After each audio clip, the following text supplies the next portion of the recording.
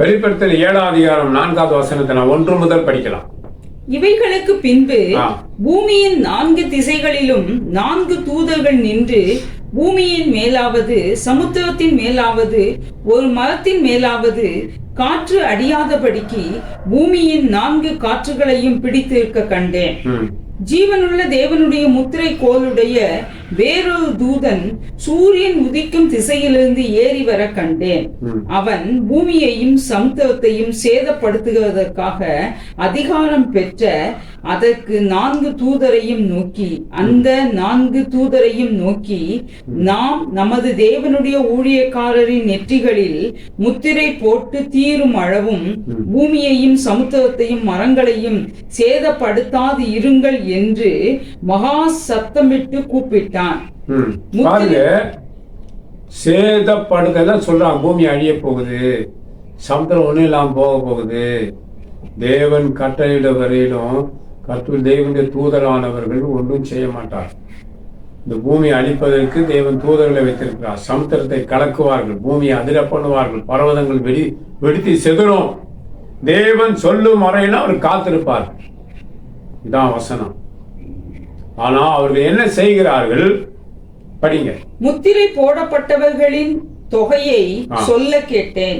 இஸ்ரவேல் புத்திரருடைய சகல கோத்திரங்களிலும் முத்திரை போடப்பட்டவர்கள் 144,000 பேர். படிங்க. யூதா கோத்திரத்தில் முத்திரை போடப்பட்டவர்கள் 12,000. யூதா கோத்திரத்திலே முத்திரை போடப்பட்டவர்கள் 12,000. ரூபன் கோத்திரத்தில் முத்திரை போடப்பட்டவர்கள் 12,000. காத் கோத்திரத்தில் முத்திரை போடப்பட்டவர்கள் 12,000. ஆசேர் கோத்திரத்தில் முத்திரை போடப்பட்டவர்கள் 12,000. நப்தலி கோத்திரத்தில் முத்திரை போடப்பட்டவர்கள் 12,000. மனாசே கோத்திரத்தில் முத்திரை போடப்பட்டவர்கள் 12,000. சிமியோன் கோத்திரத்தில் முத்திரை போடப்பட்டவர்கள் 12,000. லேவி கோத்திரத்தில் முத்திரை போடப்பட்டவர்கள் 12,000. இசக்கார் கோத்திரத்தில் முத்திரை போடப்பட்டவர்கள் 12,000. செபுலோன் கோத்திரத்தில் முத்திரை போடப்பட்டவர்கள் 12,000. யோசேப்பு கோத்திரத்தில் முத்திரை போடப்பட்டவர்கள் 12,000. பென்யமின் கோத்திரத்தில் முத்திரை போடப்பட்டவர்கள் 12,000. இவைகளுக்கு பின்பு நான் பார்த்தபோது, இதோ சகல ஜாதிகளிலும் கோத்திரங்களிலும் ஜனங்களிலும் பாஷைக்காரரில் இருந்து எப்படின்னா இஸ்ரவேலினுடைய ஜனங்களிலே ஒவ்வொரு கோத்திரத்துக்கு 12,000 பேருக்கு முத்திரை போடுகிறார். அது ஆண்டோட வரைக்கு பிறகு நடக்கிற சம்பவம்.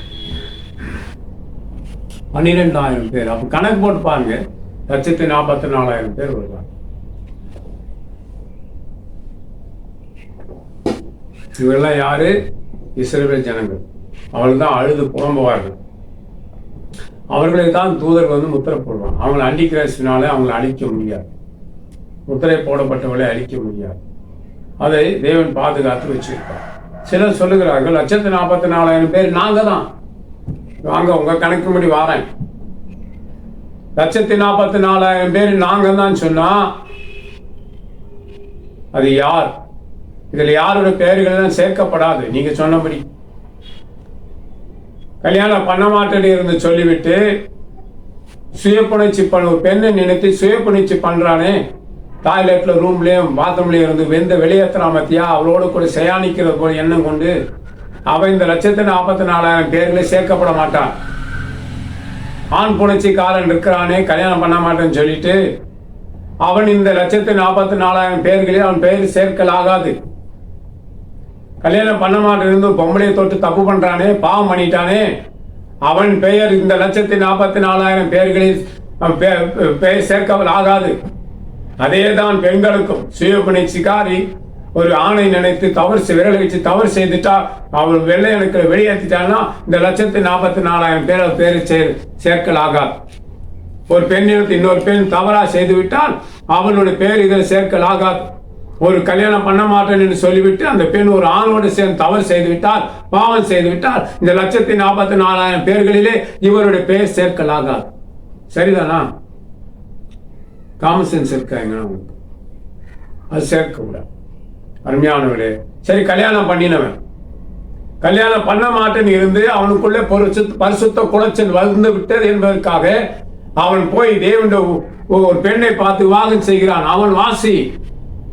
நீ செத்த சிங்கம் என்று சொல்லுகிறாயே, செத்த அவனை போல பின்மாற்றக்காரன் நாய் என்று சொல்லுகிறாயே, செத்த சிங்கமடா நீ, உன்னை பார்க்கலும் உயிர் உள்ள நாயே வாசி. அவனுக்கு ஈடாமல் போய் அவன் கல்யாணம் பண்ணி ஊழியம் செய்யறான். பாவம் பண்ணிட்டு, பொம்பளை தொட்டு பாவம் பண்ணிட்டு, சுயவுச்சி பண்ணிட்டு, நான் கல்யாணம் பண்ணாம இருக்கிறேன்னு சொல்றானே, அவன் தான் செத்த சிங்கம். அவர்களுடைய பெயர்கள் 1,44,000 பேர். நீங்க சொல்றது மாதிரி அதை சேர்க்கலாக. உன் கண்ணை விரலை கொண்டு உன் கண்ணை நீ குத்திக்கிற. வானத்திற்கு மேலாக என் சிங்காசனத்தை உயர்த்துவேன், வடபுறத்தின் ஆராதனை கூட்டத்தின் பர்வத்தில் வீட்டிருப்பேன் தான் மேட்டிமை. அவன் தன்னுண்டு போனான். அதில் நாம் ஈடுபடக்கூடாது.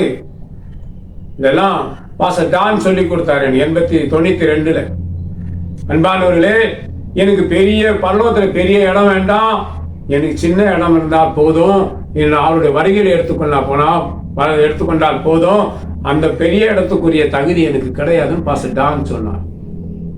அன்பானவர்களே, இப்படியாப்பட்டதான கீர்த்தனமான ஜீவன் செய்கிறவர்கள் போகக்கூடாது. சரி, கல்யாணம் ஆனவன் தன் மனைவி ஸ்தானத்தில் எந்த பெண்ணையும் வைக்கக்கூடாது. மனைவி இல்லாமல் வேற எந்த பெண்ணுக்கு தப்பான தொடர்பு வச்சு பாவம் பண்ணிட்டானா அவனுடைய பெயர் கூட இந்த 1,44,000 பேர்களிலே சேர்க்கலாகாது. ஏனென்றால் ஸ்திரீகளால் கரைப்படாதவர்கள் இவர்களே. ஆட்டுக்குட்டியானவர் எங்கே சென்றாலும் பின்பற்றுகிற வீரர்கள் தான் இவங்க. ஸ்திரீகளால் தங்களை கரைப்படுத்தாது. ஸ்திரீகள் சொன்னா ஒரே மனைவியுடைய புருஷனா இருக்கணும். வேற எந்த பெண்ணிடத்துல தப்பான தொடர்போ, தப்பு பெண்ணை தொட்டு பாவம் பண்ணிட்டானா அவன் ஸ்திரீகளால் கரைப்பட்டவன். அவன் ஆட்டுக்குட்டியானவர் பின்பற்ற தகுதியற்றவன், பின்பற்ற முடியாது. ஆட்டுக்குட்டியானவர் செல்லுகிற வழி பாதை அவரே அவன் கண்களுக்கு தெரிய மாட்டார். இவனே கண் கட்டு சூரிய நமஸ்காரம் செய்கிற ஊழியம் பெருசா இருக்கும், பிரசங்கம் பெருசா இருக்கும். வேத வசனம் வா, நீ சொல்றது உண்மைனா இந்த வேத வசனம் பொய்யாகுமா?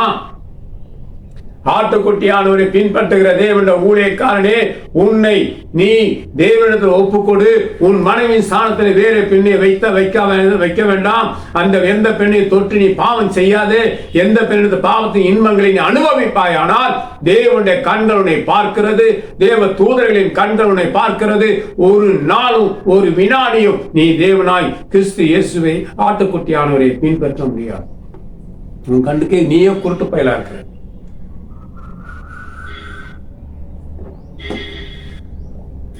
தேவனுடைய ஊழியக்காரன். அதே போல் தேவ ஜனங்களுக்கு கூட உன் மனைவியோடு நீ இசைந்திருப்பாயாக. பவுல் சொல்கிறார், எல்லாரும் கூடி ஜெபம் பண்ணுங்க, எல்லாம் நல்லா இருங்க, உனக்குள்ள பரிசுத்த குளிச்சல் வராதிருப்பதற்காக நீ போ மனைவியோடு கூடி வாழு என்று சொல்கிறார். மனைவி உள்ளவன் தான் ஜெபிக்கிறான், வேதம் வாசிக்கிறான், கூடி ஜெபிக்கிறார்கள். அப்போ மனைவியை உரசக்கூடாது. குடும்ப ஜபத்துல கூட மனைவியை உரசக்கூடாது. கை வச்சு ஜபிக்கணும்னா இல்லை ஒரு கை வச்சு ஜெபம் பண்ணணும். ஒரு தாட்டு வேற மாதிரி போகக்கூடாது. அப்போ உனக்கு மனைவி அல்ல, அவன் தேவ மனுஷி. அதான் மனைவி உள்ளவன். அந்த நேரங்களிலே மனைவி எற்றவனை போன்று வாழணும். அப்படிதான் ஒருவர் ஏனோக்கு செய்தார். மனைவி உள்ளவனா இருந்தாலும் மனைவி இல்லாதவர் போல வாழ்ந்தார். அவரை குறித்து நான் கேள்விப்பட்டிருக்கிறேன். 18 மணி நேரம் தேவனோடு மட்டும்தான் இருந்தார்.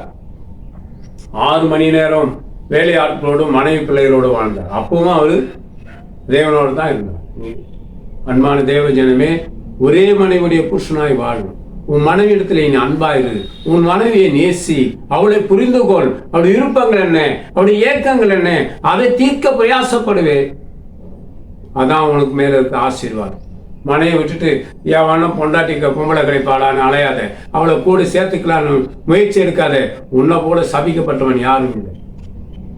அந்நிய பாஷை பேசலாம், வாய் கிளிய தவளை மாதிரி சத்தம் போட்டுட்டு இருக்க, நாயை போல ஊழையிட்டுட்டா நீ பெரியவன. முதல் இந்த விஷயத்துல உண்மையா இருக்கு. ஆட்டுக்குட்டியான பின்பற்றுகிறவன் ஊழியக்காரன் இருக்கிறான், தேவ ஜனங்களும் இருக்கிறார்கள்.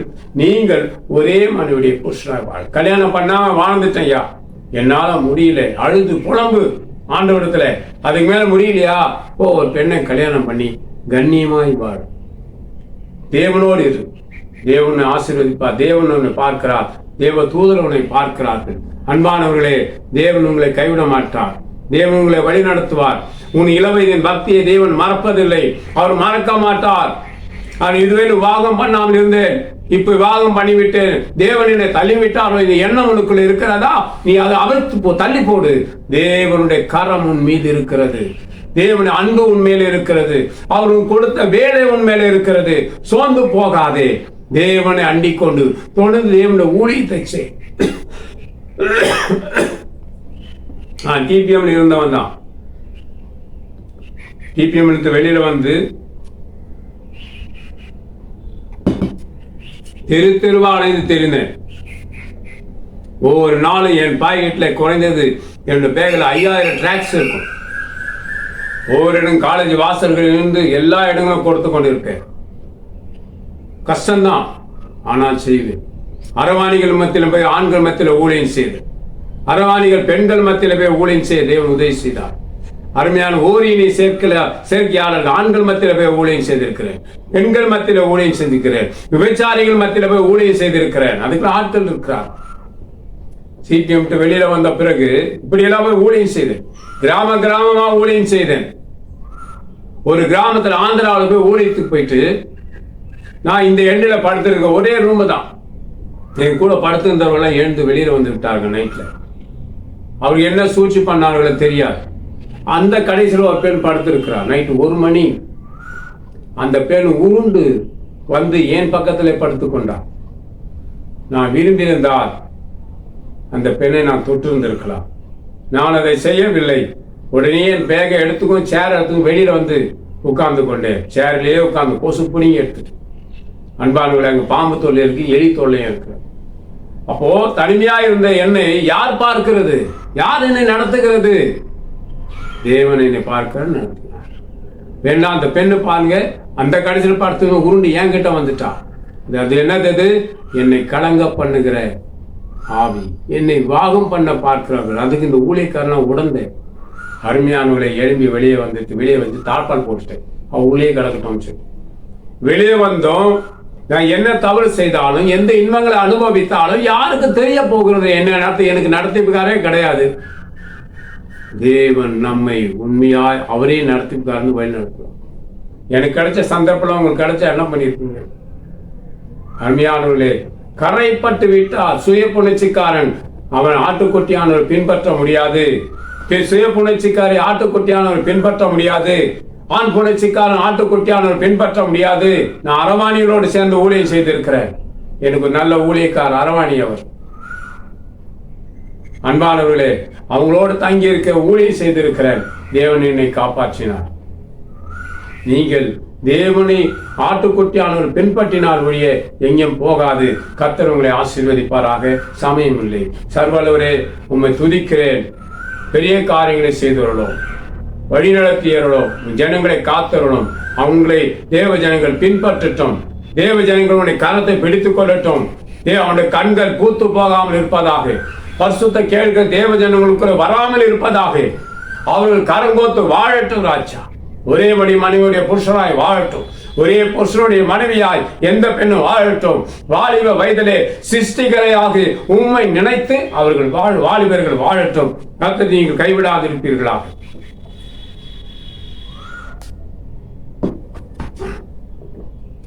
தேவன் கைவிட மாட்டார். ஸ்திரீகளாலே கரைப்பட்டவர்கள் கல்யாணம் ஆனாலும் அவன் போக மாட்டான். அதனால தேவனுடைய வாய் ஆலோசனை கீழ்ப்படிந்து உண்மையாய் வாழ்ந்து 144,000 பேர் நாங்க தான் சொல்லக்கூடாது. நமக்கு ஒரு தகுதி நமக்கு கிடையாது.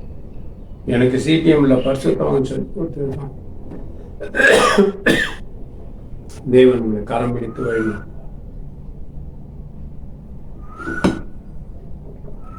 தேவன் உங்களை கைவிட மாட்டார். 144,000 பேர் பொம்பளை பொறிக்கிற அதில் கிடையாதுங்க. சுயப்புணர்ச்சிக்காரன், ஆண் புணர்ச்சிக்காரன், பிற மனைவியை தொடாது இருப்பான். மனைவியை இச்சிக்கிறவன் அவன்லாம் அந்த 144,000 பேர்ல கிடையாது.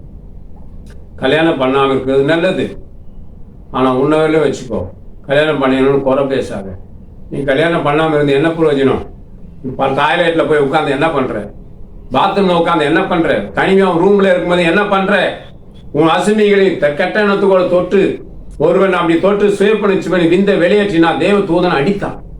அதேதான் உங்களுக்கு நடந்திருக்கு, அது வெளியில தெரியல. நீயும் உனக்குள்ள புழு பூத்து தான் இருக்கு, ஆனா வெளியே தெரியல. நீ செத்த அப்புறம் தான் தெரியும் உன் நிலைமை. அருமையானவர்களே, கல்யாணம் பண்ணாம இருந்துக்கோ. கல்யாணம் பண்ணினவனை நீ டிஸ்டர்ப் பண்ணாத. அவன் நல்லா வாழ்ந்து தான் வந்து விட்டான். கர்த்தர் உங்களை ஆசீர்வதிப்பாராம். ஆண்டவரே ஆசீர்வதி. அதாவே அமை.